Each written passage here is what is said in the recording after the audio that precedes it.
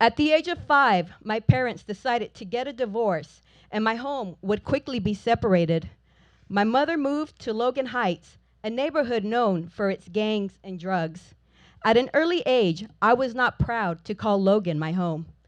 When people asked me where I'd live, I'd make a vague statement like San Diego, hoping that they wouldn't ask for specifics, and if they did, I lowered my head in shame. However, as the years continued, I experienced Logan in a different light. I began dancing ballet folklorico and started performing at Chicano Park each year the dances of Jalisco, Guerrero, and Veracruz. Chicano Park was established on April 22nd, 1970, when the city of San Diego scheduled to build a highway patrol station on our land. But the people of Logan and other communities fought back by planting trees, blocking bulldozers, forming human chains, and painting empty pillars that held up the Coronado Bridge. During my years in Logan, I had friends, and I made them with Jaime and Choni, who lived across the street. I would go over their house every day and play any ball with the sport. Their mother, my Nina, her name was Nina Pati, and she would make us cheese quesadillas as she watched her favorite soap operas. Every Sunday, I would go to church to complete my classes for First Communion. But as the Logan Heights community began growing inside me through the years, Mother dropped the devastating news that we would need to move. And I should be happy because it was a better area of town. But the truth be told, I didn't want to leave. As I got older and went to college, Logan became more distant inside of me. I was busy completing deadlines for the semester and focusing on completing my degrees at San Diego State. Then once I was done with my education, my focus was towards teaching and coaching basketball. It's easy to get caught up in the daily routines of life. But the funny thing about life is that it always has a way to bring you back to where you belong. The summer of 2012, Nayeli, Monse, and I painted a mural as part of the Chicano Park restoration project. We participated with the older women who were the original muralists back in 1970 when the Chicano Park had empty pillars that would soon emerge into Chicana creativity. Every day during that summer, we painted from sunrise to sundown.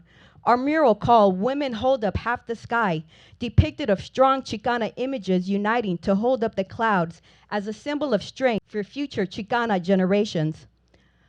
On September 3rd, 2017, word of mouth spread quickly that a group of white supremacists planned to deface the murals at Chicano Park because they were frantic that their Confederate statues were being threatened to be removed throughout the United States.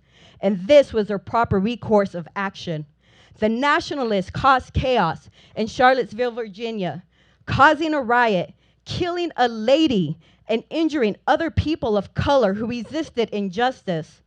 The neo-Nazis attempted to create that same absurdity in mi barrio. The day the white supremacists strategized to eradicate the park, they too were met with the same people, as well as a newer generation who raised against oppression. Nayeli, born in Michoacan and majoring as an engineer at UCSD, wore her custom-made indigenous jewelry. Monse, born in Mexico City and served in the U.S. Navy, wore her Mexican embroidery blouse. And me, La Pocha, I wore a t-shirt that read Desde la Logan in Old English lettering, each with our own unique barrio style.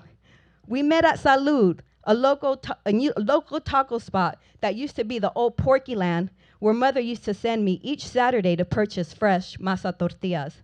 Most of the local businesses were replaced with businesses that generated more revenue geared towards modernization. The only thing that still remained authentic was Chicano Park. Police officers were in full force. The Chicano Park Steering Committee wrote a letter as a reminder to stand in solidarity and not display any form of violent acts. Over 500 people came together to protect the murals, forming a circle around each one. A native man blew on his ocean shell that warned us that the Nazis had arrived. We quickly took our stance, fists in the air like an army ready for battle. Nayeli, Montse, and I guarded our mural, along with a group of pachucos who traveled from Los Angeles to support the cause. There were different forms of Mexicans: the pachucos, the Rasta with dreads, the zapatistas, the bikers, the homies and lowriders, the homegirls and dickies, and the brown berets. Get out of our park. We will fight back. We are here to protect our indigenous land. Afuera, afuera, leave, leave. And on this day, racism did not win. Flags from Mexico and other Latin countries soared high. The Nazis were confronted by power and resistance. The police officers shielded the nationalists for protection, but eventually escorted them off the premises, the crowd cheering in victory as they left. My uncle's song played from the kiosco. We shall continue to fight, my brother. We shall continue to fight, my friend, for Chicano Park, under the bridge. The day we stood up to white supremacists, Trump put a halt to DACA recipients. Nayeli was in the process of becoming a U.S. citizen through DACA, and I was torn that if she was removed from the only country she knew, her son would grow up without his mother. And I realized that our fight for our people wasn't over. Walking back to my car after the event settled down, I had parked across the street from my old bus stop, which was in front of a 2-story house, the same bus stop where I waited each morning to travel across town to go to school. Since the house I grew up in Logan was only a few blocks away, I cruised down memory lane. The house on Julian Avenue was no longer yellow and brown, but blue, with an American flag and a Rottweiler guarding the premises. An old man slowly approached the screen when he noticed me loitering outside his property. "Can I help you?" "I used to live in that house." He thought for a minute while scratching his head. "You're Maria's daughter?" "Yes, she's my mother." When I explained that I was at the park for the protest and decided to come revisit my house since I was in the neighborhood, I asked about Jaime and Choni.